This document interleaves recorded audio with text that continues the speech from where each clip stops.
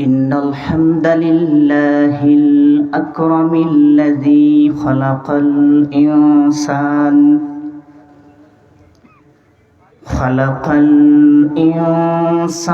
وكرم وعلمه من البيان ما لم يعلم فسبحان الذي لا يحصى امتنانه باللسان ولا بالقلم نشهد أن لا إله إلا الله وحده لا شريك له ونشهد أن سيدنا وحبيبنا ومولانا محمدا عبده ورسوله الذي ببكة مباركا وهدى للعالمين أما بعد فأعوذ بالله من الشيطان الرجيم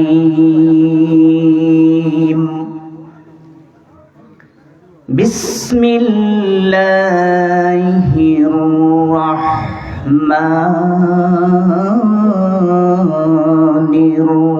الرحيم يا أيها الذين آمنوا اتقوا الله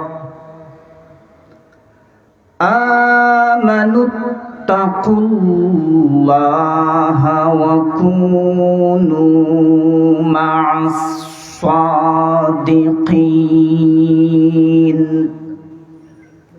صدق الله العظيم وقال النبي صلى الله عليه وسلم الصلاة عماد الدين إن الله وملائكته يصلون على النبي يا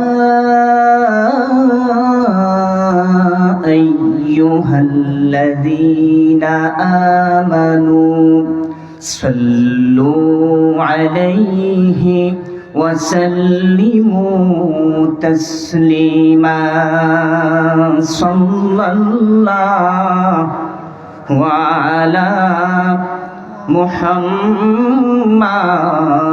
صلى الله على صلى الله على محمد صلى الله عليه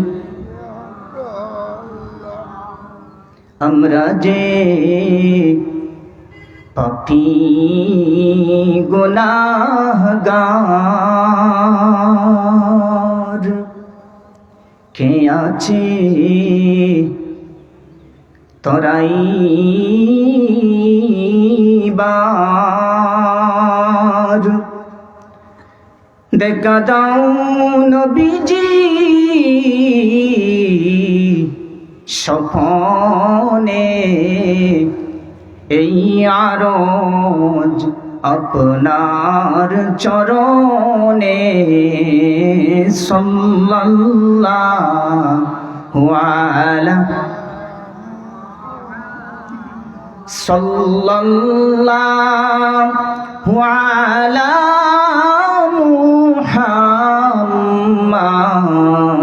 সাল্লাল্লাহু আলাইহি কবরে তাকিব একা হাসরে উঠিব একা মিজানে দাঁড়াইব একা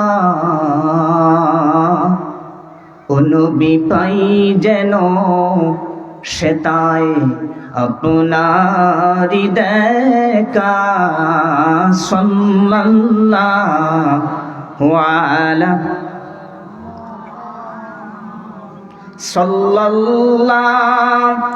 আলা মুহাম্মাদ সাল্লাল্লাহু আলাইহি সবাই পড়ি বালাগাল উলা বিকামালিহি কাশাফাদ দুজা বিজামালিহি হাসুনাত জামিউ খিসালিহি সাল্লু আলাইহি ফুল ফুল তো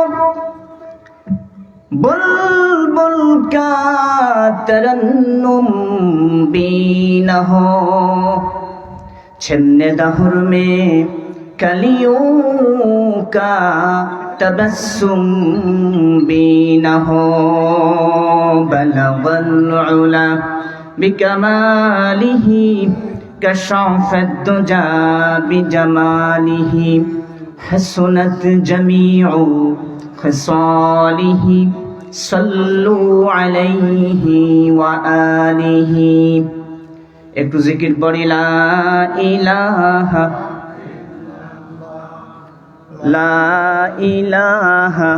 ইল্লাল্লাহ লা ইলাহা ইল্লাল্লাহ লা ইলাহা ইল্লাল্লাহু লা ইলাহা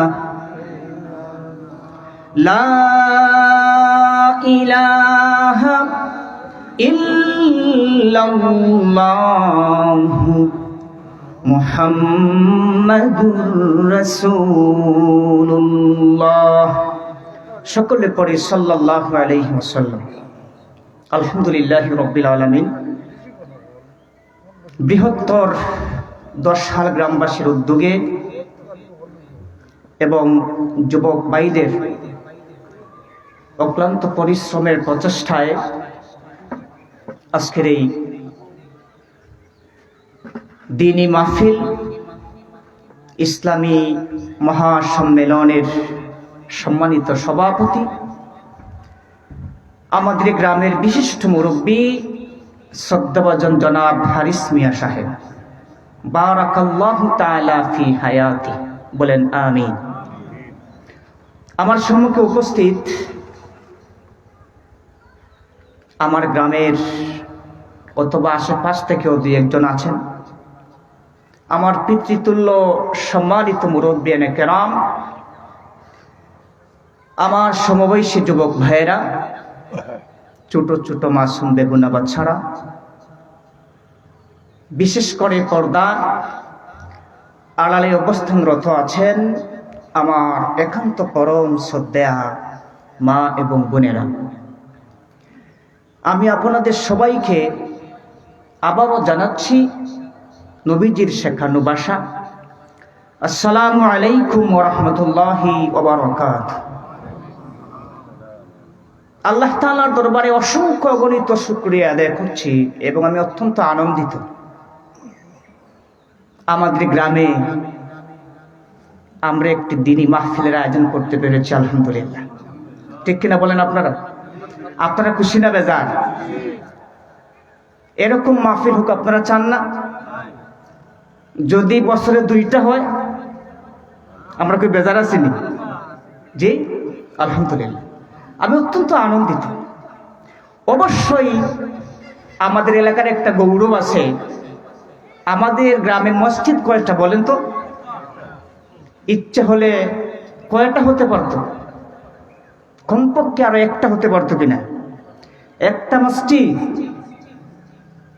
একজন আল্লাহর ওলির মাজার আমাদের গ্রামে আছে, ঐতিহ্যবাহী প্রাচীন একটা মাজার, ঠিক কিনা? এবং আমাদের পাশেই আমাদের পূর্বপুরুষেরা শুয়ে আছে। আমার জানা মতো আমাদের গ্রামে কারো কোনো পারিবারিক গুরুস্থান আমার জানা নেই, আসেনি? বলেন কোন? আলহামদুলিল্লাহ। এর পাশেই আমাদের ঈদগাহ ময়দান। আজকের যে মাহফিল, এটার সওয়াব কি তাদের খবরে যাবে না? এ বিশ্বাস কি আমাদের আছে? না, আবেগ নিয়ে বলেছেন তো, বুঝে বলেন। আগামীতে এই মাহফিল হোক, আপনারা চান তো? যদি চান তাহলে উপস্থিত সময় আপনারা এর ব্যবস্থাপনা নিয়ে পাগল হয়ে যাবেন, একটু আগে দেখবেন। এটা যাতে আমাদের মনে থাকে, তাহলে আমরা ভালো আলোচকদেরকে নিয়ে আসতে পারবো, কমপক্ষে একজন হলেও। কি বলেন আপনারা?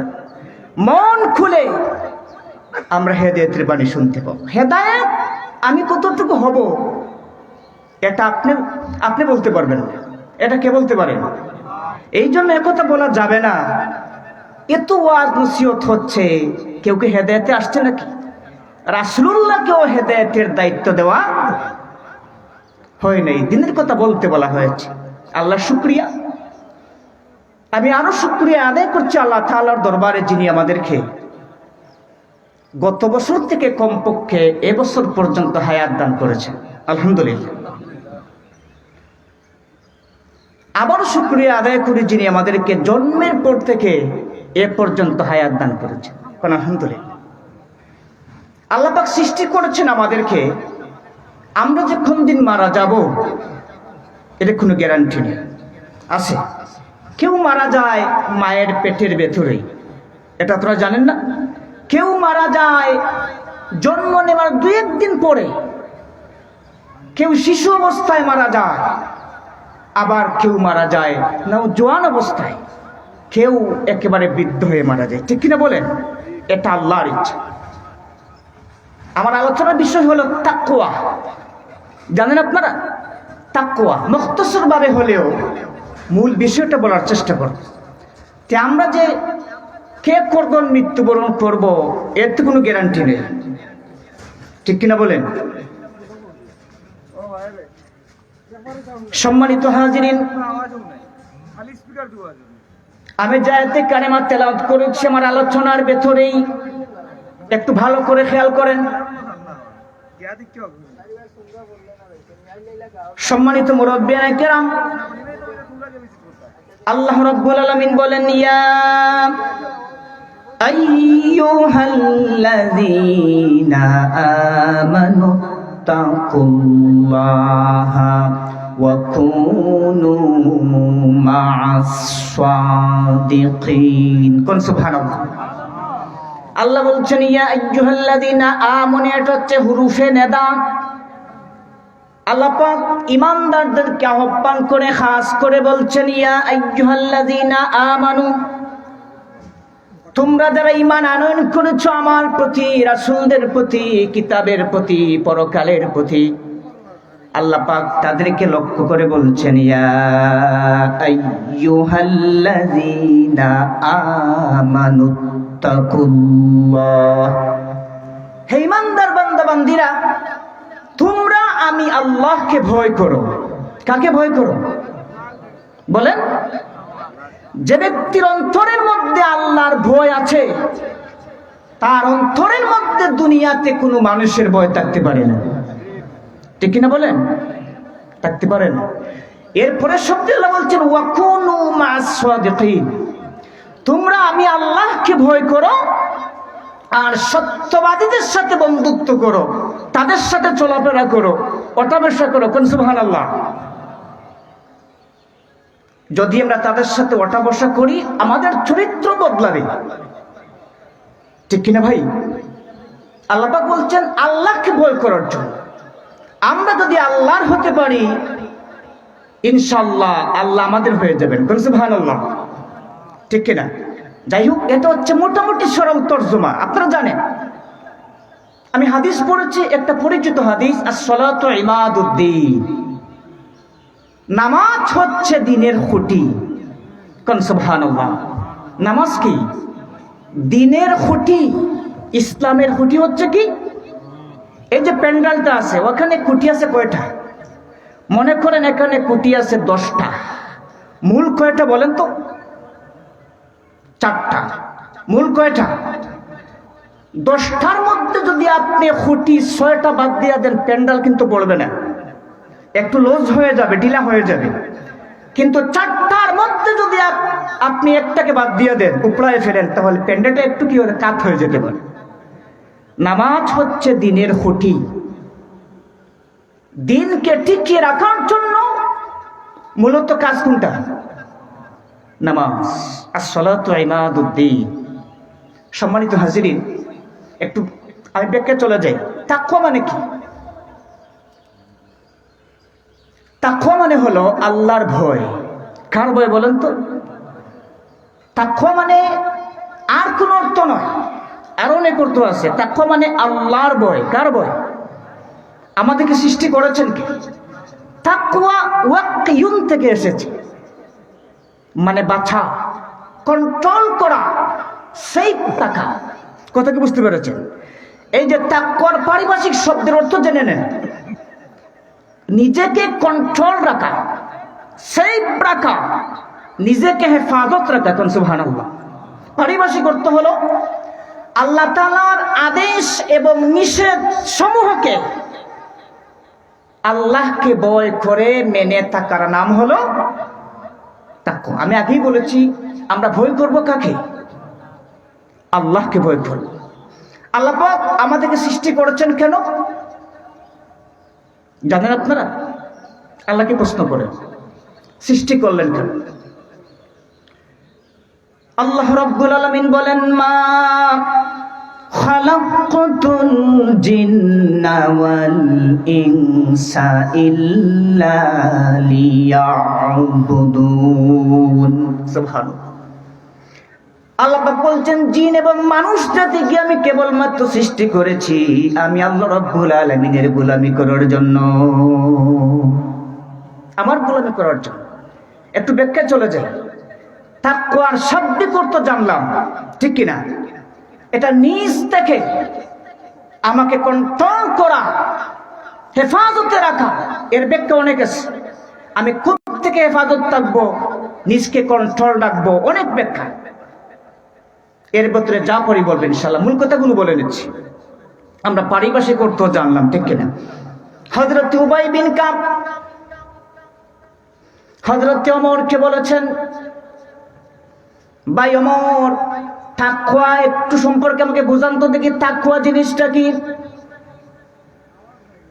উবাই বিন কাব বলেন, হে ওমর, আমি জানতে চাই তাকওয়া এই ছোট্ট একটা শব্দ, এই শব্দের আসলে বিস্তারিত ব্যাখ্যাটা কি, তার মানেটা কি? হযরত ওমর বলেন, ভাই উবাই বিন কাব, আপনি কখনো একটা সরু রাস্তা, ঝোপঝাড় জঙ্গলের মধ্যখান দিয়ে একটা রাস্তা গেছে, কাঁটাযুক্ত রাস্তা, পিচ্ছিল রাস্তা, একেবারেই জরাজীর্ণ একটা রাস্তা, সরু রাস্তা, এমন রাস্তা দিয়ে হে ওমর আপনি কোনোদিন কি চলেছেন নাকি? হযরত ওমর বলেন, এই সমস্ত রাস্তা দিয়ে চলেছেন নাকি আপনি কখনো? উবাই বিন কাব বলেন, ওমর, আমি চলেছি বহুদিন। হযরত ওমর বলেন, বলেন তো কেমন করে আপনি এরকম জরাজীর্ণ সংকীর্ণ পথ অতিক্রম করেছেন? উবাই বিন কাব বলেন, ওমর, আমি যখন আমার প্রয়োজনে রাস্তা অতিক্রম করতাম, আমার পরনে তো জামা যাও ছিল, আমার একটা বডি আছে, আমি যখন রাস্তা নিয়ে চলতাম আগে আমি চিন্তা করতাম আমার জামাটা যাতে কাঁটায় না লেগে যায়, আমার শরীরের মধ্যে যাতে করে কোনো কাদা না লাগে, আমার জামাটা যাতে করে ছিঁড়ে না যায়। হ্যাঁ ওমর, একদম সেই ভয়ে নিজেকে হেফাজত করে অত্যন্ত সতর্কতার সহিত আমি এই রকম সরু সংকীর্ণ রাস্তা আমি পার হতাম। হযরত ওমর বলেন, উবাই বিন কাব বলেন এই কথা। হযরত ওমর বলেন, উবাই বিন কাব, আপনি তো দেখছি আমার থেকেও ভালো জানেন, আমার কাছেও তাকওয়ার উদাহরণ এর থেকে আর বড় কিছু নাই। এটাই সবচেয়ে তাকওয়ার বড় উদাহরণ। তার মানে এটা কি? তার মানে হলো আমাদের সমাজের মধ্যে সব তো ভালো মানুষ নয়, খারাপ মানুষও তো আছে। আমাদের সবার অন্তর তো তুলসী পাতা দিয়ে দোয়া নয়। আমরা ভেতরে আমাদের মনটা একরকম আর বাহিরে থাকি আরেক রকম, ঠিক কিনা বলেন? আমাদের মধ্যে কিছু মানুষ দেখবেন আছে যাদের অন্তরের মধ্যে একটা, বাহিরের মধ্যে আরেকটা। বলেন তো তার নামটা কি? ওই মানুষের নাম কি? মুনাফিক, ঠিক কিনা বলেন? শত্রুকে চেনা বড় সহজ, দুশমনকে আপনি চিনতে পারবেন অতি সহজে, কিন্তু মুনাফিককে আপনি কখনো সহজে চিনতে পারবেন না। প্রায় জায়গায় আমি একটা কথা বলে থাকি যে মুনাফিকের আলামত তো তিনটা, আপনারা জানেন। এর উদাহরণ দিয়েছেন আল্লামা কাইয়ুম রাহমাতুল্লাহি আলাইহি, উদাহরণ দিয়েছেন মুনাফিক এই রকম হয়, আন্নাফিক ইয়ারবু। আমি প্রায় জায়গায় এই কথাটা বলি সাবজেক্ট ভিত্তিক আলোচনা হলে। এটা আজকে বাদ দেন, যেই কথাটুকু বলতে চাচ্ছি, সবাই তো আমরা খারাপ মানুষ না, সবাই তো আবার একেবারে ভালো মানুষও না। আমাদের সমাজের মধ্যে চোর আছে, মুনাফিক আছে, চুগলখোর আছে, পরনিন্দাকারী আছে, মিথ্যাবাদীও আছে, আছে না নাই? আপনি যদি আল্লাহকে ভয় করতে চান, মুসলমান মুমিন, আপনাকে এই সমস্ত মানুষদের থেকে এইরকম কন্ট্রোল থাকতে হবে, সেফ থাকতে হবে। একটা কথা জেনে নেন, যেখানে আপনি যদি এক বস্তা আলু ক্রয় করেন বা টমেটো ক্রয় করেন, এক বস্তা যখন আপনি একটু বাঁচবেন, একটু আলাদা করবেন, দেখবেন হাফ কেজি টমেটো বা আলু পচা বেরিয়েছে কিনা বলেন। কারণ যেই জায়গার মধ্যে পচা নাই সেই জায়গার মধ্যে ভালো নাই, যেখানে ভালো আছে সেই জায়গার মধ্যে খারাপও আছে, ঠিক কিনা বলেন? আরেকটা উদাহরণ দেই। এই উদাহরণটা হলো সমাজের কথা আমি বললাম। শুধুমাত্র এই কথা আপনাকে বললে হবে না, সমাজের মধ্যে তো খারাপ মানুষ বেশি, হ্যাঁ থাকতেই পারে, থাকবে। আপনি যদি মুমিন হন, মুত্তাকি হন, আল্লাহর ভয় যদি আপনার কাছে থাকে, ওই সমস্ত মানুষদের থেকে যদি আপনি বাঁচতে পারেন যে আমি আল্লাহকে ভয় করি, তাহলে আপনি বুঝতে পারবেন। যদি আপনার মধ্যে খোদা ভীতি থাকে, আল্লাহ ভীতি থাকে, একজন মানুষের অন্তরে যখন আল্লাহর ভয় ঢুকে যায়, একজন মানুষ একটা মুবাহ কাজও করতে পারে না। মুবাহ কাজ হলো এটা করলে সওয়াবও নাই, আবার করলে কোনো গুনাহ নাই, তাকে বলে কি? মুবাহ। আল্লাহর ভয় যাদের অন্তরের মধ্যে আছে, সে একটা মুবাহ কাজও করবে না, বুঝে শুনে করবে, করলে নেকির কাজ করব, না করলে কোনো বদামল করব না, ঠিক কিনা বলেন? সুতরাং আমাদের ঠিকানা হলো, আমাদের টার্গেটই হলো কি? জান্নাত। কি ভাই বলেন? জান্নাত। আর জান্নাতে যাওয়ার জন্য একমাত্র মাধ্যম হলো নামাজ। বলেন কি? নামাজ। আরেকটা উদাহরণ দিই, তাকওয়া। বাইং মাছ চেনেন আপনারা? বাইং মাছ, বাইং মাছ এটা থাকে কোথায়? এটা থাকে কাদার মধ্যে, যাকে আমরা আঞ্চলিক ভাষায় আমাদের সিলেটে বলে ফেক বলে। কি বলে? আহা, কাদা। বাইং মাছের বাসস্থান হলো কাদার ভেতরে। যখন আপনি পুকুর সেচ দিয়া দিবেন, হিসবেন, পুকুর সেচ দেওয়ার পরে সব মাছ আপনি ধরতে পারবেন। সব মাছ ধরার পরে যখন আপনি অর্ধ হাত অথবা হাত যদি কিছু আপনি কাদার মধ্যে প্রবেশ করান, আপনি দেখবেন একাদের মধ্যে বাইং মাছ পাওয়া যায়। যারা মুরব্বী আপনারা বলতে পারবেন বাইং মাছ পাওয়া যায় কিনা। বাইং মাছের বাসস্থান হলো কাদার মধ্যে। নানা প্রজাতির মাছের বসবাস হলো পানির মধ্যে, ঠিক কিনা বলেন? এই যে নানা প্রজাতির মাছ আল্লামা ইবনুল কাইয়িম উদাহরণ দিয়েছেন, নানা প্রজাতির মাছের মতো মুনাফিক আছে, চুগলখোর আছে, পরনিন্দুক আছে, বহু জাতের খারাপ মানুষ আমাদের সমাজের মধ্যে আছে। আর এক ধরনের মানুষ আছে তাকওয়াবান, খোদাবিরু, বাইং মাছের মতো। বাইং মাছটা কাদার ভেতরেই থাকে। সমস্ত মাছ যখন শিকারী যখন মাছ ধরতে যায়, সব মাছ তো পানির মধ্যেই ছিল, এরপরেও তাদের শরীরের মধ্যে কাদা লেগে থাকে কিনা বলেন? কাদা থাকে। আবার শিকারী পুকুরের মধ্যে ওই মাছগুলোকে ধুয়েতে যায়, পরিষ্কার করে নিয়ে যায়। একমাত্র বাইং মাছ, তার বাসস্থান হলো কাদার মধ্যে। কাদার মধ্যে থাকার পরেও শিকারী বাইং মাছে নিয়ে পুকুরে যেতে হয় না। বোঝা যায় আরেকজন মানুষ পুকুর থেকে এই মুহূর্তে মাছকে ধুয়ে নিয়ে এসেছে, এরকম পরিষ্কার। এটা বাইং মাছের বৈশিষ্ট্য হলো, এটাই আল্লাহ দিয়া দিয়েছেন। যাদের প্রতি আল্লাহর ভয় আছে, যাদের প্রতি তাকওয়া আছে, ওই সমস্ত মানুষ কখনো বলতে পারবে না সমাজটা তো খারাপ হয়ে গেছে, আমি চলবো কেমন করে। এটা বলার তো কোনো সুযোগ নাই। মুসলমান, আপনার আমার মধ্যে যদি আল্লাহর ভয় থাকে, সমাজের সবাই যদি খারাপ হয়ে যায়, আমার অন্তরের মধ্যে যদি আল্লাহ ভয় থাকে, খোদা ভীতি থাকে, আমি অবশ্যই অবশ্যই আমার মধ্যে তাকওয়া হাসিল করতে পারবো, ঠিক কি না? বাইং মাছের মতো। আল্লাহ পাক অন্য জায়গায় বলছেন তাকওয়ার ব্যাপারে, ইয়া আইয়ুহাল্লাযীনা আমানু তাকুল্লাহা হাক্কা তুকাতিহি ওয়া লা তামুতুন্না ইল্লা ওয়া আনতুম মুসলিমুন। সুবহানাল্লাহ। ইয়া আইয়ুহাল্লাযীনা আমানু তাকুল্লাহ, এই সমস্ত আয়াত কুরআন কারীমের যত জায়গায় আল্লাহ দিয়েছেন, আল্লাহর মহব্বতের মানুষদেরকে বলছেন আল্লাহ পাক।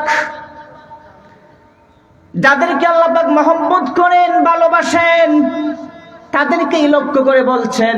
আর সমস্ত মানুষদেরকে আল্লাহ পাক এই কথা বলেন নাই। আল্লাহ পাক সমস্ত মানুষদেরকে কুরআনের বিভিন্ন জায়গায় বলেছেন, সমস্ত মানুষদেরকে এড করে বলেছেন, একত্র করে বলেছেন। আর আমি যে আয়াতে কারিমা পড়েছি, এখন যে আয়াতে কারিমা পড়লাম, এটার মধ্যে শুধুমাত্র আল্লাহ পাক ঈমানদারদেরকে বলেছেন। কোন সুবহানাল্লাহ। ঈমানদার তাকওয়ালা হবে, মুমিন তাকওয়ালা হবে। তাকওয়ালার প্রথম বৈশিষ্ট্য হলো ঈমান তো দেখা যায় না, অবশ্যই তার মধ্যে ঈমান থাকতে হবে। তাকওয়ালার দ্বিতীয় বৈশিষ্ট্য হলো আযান যখন মসজিদের মধ্যে হয়ে যাবে, সমস্ত কাজ কর্ম ফেলে দিয়ে নামাজে যাবে, সেই ব্যক্তি হলো তাকওয়াবান।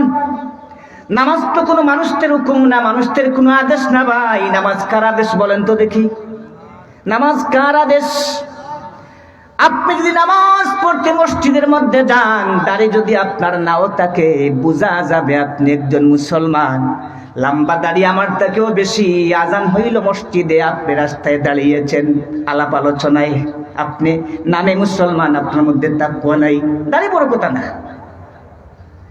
যখন একজন মানুষ পুরোপুরি নামাজি হয়, তাকওয়াবান হয়, তার দাড়ি থাকবে, সুন্নাত থাকবে, তাদের মধ্যে ইনসাফ থাকবে, বেইনসাফি করবে না, সুবিচার করবে, ঘুষ নেবে না, ঘুষ দেবে না, সুদ খাবে না, কারো ক্ষতি করতে পারবে না।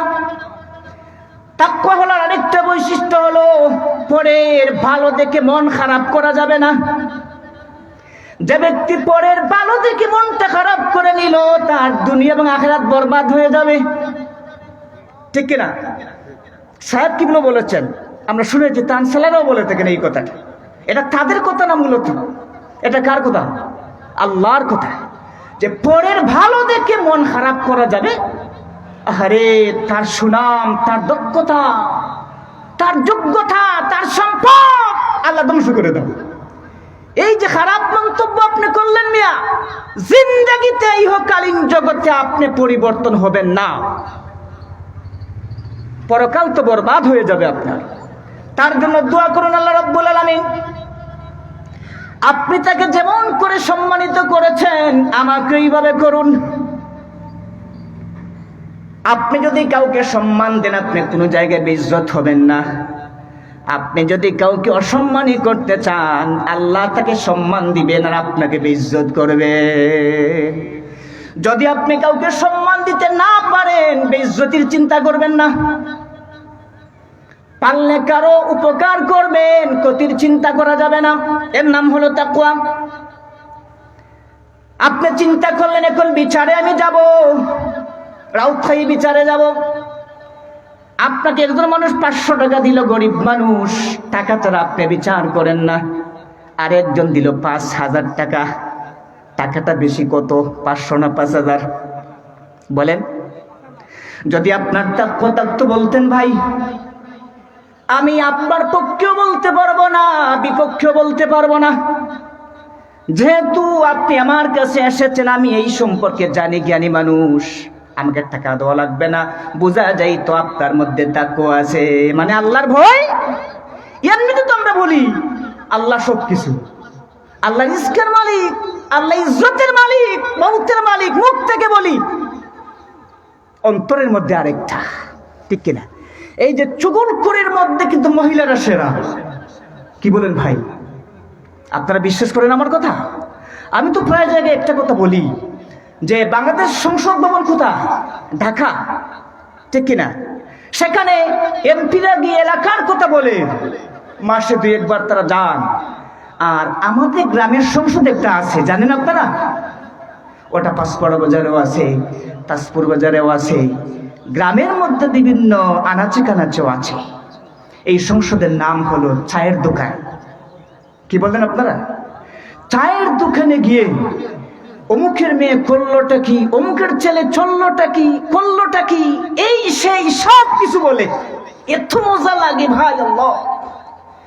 আপনার সামনে যদি আরেকজন আপনার বিপক্ষে কথা বলে, আপনার বোন এইরকম চলাফেরা করেছে, একটা উদাহরণ দিয়ে যদি বলে আপনার মধ্যে যেমন লাগবে, আপনি আরেকজন বাইরের সমালোচনা করলেন তার অনুপস্থিতিতে, এটা তার শুনলে কেমন লাগতে পারে বলেন? একজন ভাই অপরাধ করে ফেলেছে না জেনে, তার আইবটা আপনি গোপন রাখতে পারেন। আপনি মনে মনে আল্লাহর ভয় অন্তরে নিয়ে বলতে পারেন যে আমারও তো সন্তান আছে, ভাই আছে, তার মতো আমার সন্তান, ছেলে বা মেয়ে এরকম ঘটনা ঘটাতে পারে না, এটার গ্যারান্টি দিতে পারে কে? সুতরাং তার আইবটা আমি দেখে রাখবো, সমাধান করার চেষ্টা করব সমাজ সুন্দর হওয়ার স্বার্থে, যাতে করে আল্লাহ পাক আমার ছেলে মেয়ের এইরকম কর্মকাণ্ড থেকেও বাঁচিয়ে রাখবে। ওই যে বেচারি 500 টাকা নিয়ে নিল, ওইটা কিন্তু বাদ দেয় নাই, সেটাও গ্রহণ করলো। দেখবেন যারা লুবি তারা 5 টাকাও বাদ দেবে না, ঠিক কিনা বলেন? গরিব মানুষের 500 টাকাও নিল, ধনী মানুষের 5000 টাকাও নিল। এখানে ইসমি ইশারা হলো তার বিবেকে বাধা দেবে। গরিব মানুষ যদি ন্যায় থাকে, অপরাধী না থাকে, যে ব্যক্তির 5000 টাকা বিচারক নিয়ে নিলেন, অটোমেটিক ওই বিচারে যদি অন্যায় হয় তার পক্ষে বিচারক কথা বলে, ঠিক কিনা ভাই? এটা সমাজের মধ্যে আছে কিনা? যদি তার মধ্যে তাকওয়া থাকতো, বিশ্বাস করুন আল ইমামু আদিল, হাসরের ময়দানে আল্লাহ পাক 7 ধরনের ব্যক্তিকে তার আরশের আজিমের নিচে জায়গা দেবেন। একেবারে কড়া হাদিস আরবি বলার সময় নেই, সময় কম। ইমাম সাহেব এখানে বসে আছেন, ভুল যদি বলে থাকি। 7 ধরনের ব্যক্তিকে আল্লাহ পাক আরশে আজিমের নিচে জায়গা দিবেন হাসরের মাঠে। যেই দিন আমাদের গুণ অনুযায়ী কারো মাথা ডুবে যাবে গ্রামের, গ্রামের মধ্যে সাগর হয়ে যাবে, নদী হয়ে যাবে। আমাদের অপরাধ অনুযায়ী আমরা গ্রামের মধ্যে হাবুডুবু খেতে থাকবো। তামার জমিন হবে আসরের মাঠে, পায়ের নিচ দিয়ে উত্তপ্ত ভাবে গরম শুরু হবে।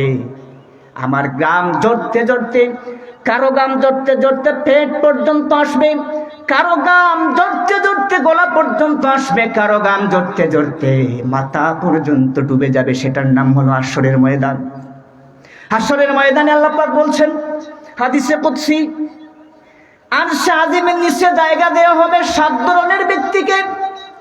তার মধ্যে 1 নম্বর ব্যক্তি হলেন আল ইমাম আদিল, যারা সমাজের মধ্যে ন্যায় বিচার করে। জোরে কোন সুবহানাল্লাহ। একজন আলেমের কথা আল্লাহ পাক বলেন নাই, আল্লাহর হাবিব বলেন নাই, একজন পীর সাহেবের কথা বলেন নাই। এই জন্য বলেন নাই, বিচারক যদি ন্যায়বান হয় সমাজের মধ্যে অশান্তি থাকে না। এই জন্য আল্লাহ তাআলা বলছেন বিচার সালিশ যারা করে থাকেন তারা কত বড় ভাগ্যবান। তারা ন্যায় বিচার যদি তারা করতে পারেন তাকওয়া তার অন্তরে নিয়ে, আমার আল্লাহ আমাকে দেখতে পাচ্ছেন, তাদের অন্তরে যদি এই ভয়টা থাকে, আমি তো চিরদিন এই পৃথিবীতে বেঁচে থাকবো না, একদিন তো আমাকে মরতে হবে, আবার জবাব দিয়ে আল্লাহর কাছে করতে হবে। এই তাকওয়া বা ভয় যদি মানুষের মধ্যে থাকে, বিশ্বাস করুন ভাই, ওই মানুষটা ওই কাছ থেকে ফিরে আসতে পারে। ঠিক কিনা বলেন? একমাত্র সমাজ সুন্দর হবে, আমাকে জেল দিয়ে আমাকে চরিত্র পাল্টাতে পারবেন না। আমি যদি হই মুরগি ছুঁড়া, আমাকে আপনি জেল দিবেন 1 বছর, পরে হবে আমি আপনার খাসি চূড়া। কথা কি আমার বুঝেন আপনারা? আমি খাসি চুরি করার পরে, ছাগল চুরি করার পরে জেল দিলেন 2 বছর। জেল থেকে যখন আমি বের হয়ে যাব, আমি হব গরু চোর। আমার কথা কি বোঝেন আপনারা? গরু যখন চুরি করে নিলাম, 3 বছরের জেল দিবেন, আমি হয়ে যাব ডাকাত। সুতরাং জেল জুলুম দিয়ে চোরের চরিত্র পাল্টানো যাবে না যদি আল্লাহর ভয় না থাকে। ঠিক কিনা বলেন? আচ্ছা বলেন তো, শুনেন, এটা হাবিজাবি কোনো কথা আমি বলছি না, এটা বলিও না, সময় তো কম, আমার এলাকা তো। একটু কথা ভালো করে খেয়াল করে, আপনারা পায়খানা চিনেন তো? পায়খানা যাকে টয়লেট বলে, টয়লেট। যারা আমরা টয়লেট করি, কখনো কি নিচের দিকে তাকাই আমার পায়খানাটা কেমন হলো? চাইছেন কখনো? কেউ চেয়েছেন? কোনো কারণে হয়তো চেয়েছেন, কোনোদিন চাইতে পারেন, সহজে কেউ চায় কেন? এটা একটা নাপাক জিনিস। কি বলেন? পায়খানাটা হলো নাজাসাতে গালিজা। কি? পায়খানা বা টয়লেট হলো নাজাসাতে গালিজা, মানে গাঢ় নাজাসাত। গাঢ় গাঢ় গাঢ় বুঝেন? শক্ত নাজাসাত। ভাইয়েরা, যেমনি ভাবে আমরা পায়খানার নিচের দিকে তাকাই না, ঘৃণা করি, পায়খানা একটা নাপাক বস্তু, ঠিক সেইভাবে এইরকম জঘন্য আল্লাহর যত নিষেধমূলক কাজ আছে, আমরা ওইগুলো পরিত্যাগ করতে পারবো না? বলেন? সমাজ সুন্দর হবে তখন, বিশ্বাস করুন, যখন শুধুমাত্র আপনি আল্লাহকে এমনি ভয় করছেন, যে আমি আল্লাহকে ভয় করি, আল্লাহকে মানি। আল্লাহকে ভয় করার একমাত্র বৈশিষ্ট্য হলো নামাজ। কি ভাই বলেন? এই যে শবে বরাত চলে আসছে, অন্যকে নতুন টুপি কিনবেন, নতুন টুপি, ঠিক কিনা ভাই? নতুন একটা আতরও কিনবেন, যাতে করে কমপক্ষে 15 দিন একটু আতর লাগাতে পারি, টুপিটা মাথায় দিয়ে একটু নামাজ পড়তে পারি। নাউজুবিল্লাহি মিন যালিক। এটা ভালো কথা। নাউজুবিল্লাহ কেন বললাম জানেন? নামাজ কি শুধুমাত্র ফরজ এই 15 দিন রমজান মাস? বলেন, বালিগ হওয়ার পর থেকে মৃত্যুর আগ পর্যন্ত বিনা প্রশ্নে আল্লাহর হুকুম পালন করা। ঠিক কিনা ভাই? সুবিধা মতো নামাজে হলে কাজ হবে না, এই জন্য নামাজ আমাদের কাজে আসে না। আর শেষ কথা এটাই বলছি, তাকওয়া বলবোটা কি ভাই? এক কথায় সামারাইজ করে কথাগুলো বললাম। তাকওয়া মানে নিজেকে কন্ট্রোলিং করা, নিজেকে সেভ করা, আল্লাহর জান্নাত পাওয়ার আশায় আমি কলুষিত সমাজের মধ্যে আমার জীবন পরিচালনা করব, একদম কন্ট্রোল করে, যাতে করে আল্লাহর ভয় অন্তরে নিয়ে চলবো, যাতে করে আল্লাহ পাক অনন্তহীন জীবন পরকালে আমাকে জান্নাত দেন। যদি কোনো আমি, ঠিক কিনা ভাই? বিশ্বাস করুন, অনেকের মধ্যে এটা নাই। মনে করি একজন বলছে আমি মরি গেলে না নিয়ে আমার জানাজা দিও না। বুঝেননি আমার কথা আপনারা? আমি ইলা কথা কই না, আল্লাহ একটু মাতিলেই আপনারা বুঝেননি। কোনো মাইসে কয় ওবা আমার হুজুর হুজুর লাগতো না, এইটা কিতা বল হুজুর হুজুর লাগতো না, কিতা করতে বলে তে আমারে জানাজা না করি মারিল। বেটার নাম তো আব্দুর রহমান, আবুল কালাম, আব্দুল সত্তার। আচ্ছা হোক আছে, ই যে কথাটা হইল আমার মোল্লা লাগতো নাই, হে মোল্লা বলতে মনে করে ধরুন কিতা বহুত বড় খারাপ জিনিস। হে মোল্লা বলতেও মনে করে বহুত বড় খারাপ। আরে ভাই জিকেন যেন আপনার দাদারে বাসন তুই নাই বললে তে তোমার মার বিয়ে হইল কিনা? জি সবে বরাত আইসে, মোল্লার দাম আছে নি? কই আইসে নি সবে? মোল্লার দাম থাকে নি? মোল্লার দাম খালি সবে বরাত। আর যদি কেউ মরি যায়, ইয়া মালিক তো ইমাম সাহেব 4টার সময় ডাকিলি বই, ইটা কোনো আফিল মুসন নেই বলে জলদি আউকা আমার অমুক মারা গেছে। হ্যাঁ জিন্নাতে ধরিলছে, বেটা খবিরাজ না থাকলে কইব জলদি আউকা আমার ফুরিয়ে তো জিন্নাতে ধরিলছে। কথা ঠিক নেই জি? তে আমারে না ফুরিয়া জানাজা না ফুরিয়ে মাটি দিলাইও, এই কথা কামটা বেটা বুঝিয়া কইছে নি? জি বেটার আকল আছে, আল আকল, আইন কাফ লাম আকল, এর অর্থ হইল বুদ্ধি কিতা, আর আইন লাম মিম ইলম, এটা হইল জ্ঞান। জ্ঞান থাকলে কথা হইল না নি? জ্ঞান হইল নবীওয়ালা, আল্লাহ সক্ষ থেকে নবীর মাধ্যমে, আর বুদ্ধি হইল শয়তান থেকে সিলসিলাইছে। হইতে গেছে আদম আলাইহিস সালামের জ্ঞান আছিল আর শয়তানের কিতা আছিল? জি জানেননি আপনারা? আদম আলাইহিস সালামে ভুল করিয়া তেন নবুয়তি পাইছেন, আর শয়তান বহুত বড় আবিদ ফেরেশতা আছিল, বহুত ইবাদত করছে, একবারে তাজুদ উজুদ লাগাইয়া বক্তা ফুরতো, আল্লাহর নৈকট্য লাভ করেছিল শয়তানে, কিন্তু শেষ পর্যন্ত নবুয়তি পাইছে নি? মাদুদ হইছে, বিতাড়িত হইছে, অভিশপ্ত হইছে হারা জিন্দেগি। কইল আল্লাহ আমার একটা কাম করুকা, আমারে তো আপনি বানাইছেন অভিশপ্ত এক বস্তু বানাইছেন, আপনি এটা সুযোগ দৌকা যে কিয়ামতের আগ পর্যন্ত যত মুমিন বান্ধব হল ই দুনিয়ায় চাইবা, আমি তারার খালি কিতা করবো, তুমি পাল্লা কাম করিও না, ফরর বন্ধ করো, খালি উস্কাইয়া দিব, ও সুযোগটা আমারে দিবানি। আল্লাহ এখন তুই তো এমন অভিশপ্ত হয়ে গেছ বেটা, সমস্যা কিতা? তুই যা, কিয়ামত পর্যন্ত তোর আমি হায়াত দিলাম, অবশ্যই তুই এইরকম প্ররোচনা দিয়ে ইমানদার মানুষ ফিরাইতে পারতে না, ঠিক কিনা? তো ও যে কইল জানাজা দিও না, ইয়া আল্লাহ আমার পরিচিত মানুষ তো, আমারে কইছে না, কইছে আরো বেটার গেছে, যে কইছে হেও আমার পরিচিত, যে কইছে এও আমার পরিচিত। বিশ্বাস না করিও যাই কেমনে, মনে মনে ওই যে বেটা কইব, বুঝছেন সাবক? তো বুদ্ধি আছে জ্ঞান নাই। এখন যদি আমরা কই যে রব আমি সাক্ষী আসলাম, ও বেটা মরার আগে আমারে কইছিল যে বলে আমার জানাজা দিও না, এমনও গাড়ি লো বেটারে মা এই বিষয় তো বেটার ফেরা কিতাব বেটা চাচা বাবা হিসাবে তা কিতাব মতো তুমি আমার আপনি কোনবেলা কইলা, ওখানে কিন্তু বাপর খবর বোন নেন না, আল্লাহ মাফ করে বলে ওগা আমিন। ই জাতীয় কথা কইলে কি তৈব আল্লাহ বেজার হইবা, ঠিক নেই? দেখো না আল্লাহ যে লাগাইছেন এক অবস্থা, অত ঠান্ডা পড়ছে, আল্লাহ তোর কোনো খিতা নাই, এটা ভুল নেই, এটা ভুল কথা, এটা গুণাগার হইব তো আপনারা। এমন কথা আপনারা হইতা না, নেক কামল না করতে পারলেও আমার গুণা লেখর হইতা নেই। সাবকল শেষ কথা কইলাই তাক্কু আমি কিন্তু কইলেছি একবারে বাড়তি করে ওদের সময় কমতো, আল্লাহর বই বিশ্বাস হলুকা আমি আমার কত হই, আমি সম্মান দিব যারে যতটুকু দিবা, স্নেহ কর্ম যা দেওয়ার বাড়াইয়ে কমতাম নাই, কমাইও করতাম নাই, ডরাইমে একমাত্র যিনি আসমান এবং জমিনের মালিক, যিনি আমার হায়াতর মালিক, মৌতর মালিক, চাকরির মালিক, রিজেকের মালিক, কোন সুবহানাল্লাহ, ঠিক কিনা হুকা? বিশ্বাস করুকা আলাইসাল্লাহু বিকাফিন আবদা, আল্লাহ যথেষ্ট, কোন মানুষের সামসামি করা লাগতো না, কিতার লাগে আপনি করতা, শরীর আপনার শক্তি নাই, ব্যাগ বইলে টাকা 200 দিলে বেটা তার লগে লগে তার অন্য সারা জিন্দগিও ব্যাগ বইবে জানেন এখন যেন আপনি পরিবর্তন হইতা না, আপনার স্বাস্থ্যটা বড় খারাপ। আল্লাহ এখন যে বান্দা বান্দি আমার কাছে চাও, আমি আল্লাহ খুশি হই, তারে পরিবর্তন করিয়া দিব, আর মাইসর কাছে চাইলে কত সময় পাইব, ঠিক নেই? আল্লাহ বেজার সাবকল একটা কত হইলাই যে আদম আলাইহিস সালামের তাকওয়া আছে আর শয়তানের কিতা আছে। আদম আলাইহিস সালামে ভুল করছেন একটা কয়টা হোকা, ই কথার অর্থ ই ভুল নাই, ফিতনা তো কেন না জানো, সকল ভুল সমান নাই, কোনো বলে সংশোধন হয়, আল্লাহ ভুল করাইছেন।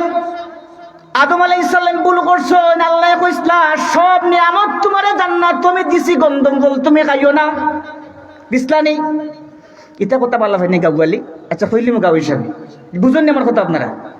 তো সব হল আল্লাহ কইলে আদম আলাইহিস সালাম খাইন্না জমির ফলটা সব নিয়ামত তোমারে দিলাম, কোনো সমস্যা নাই।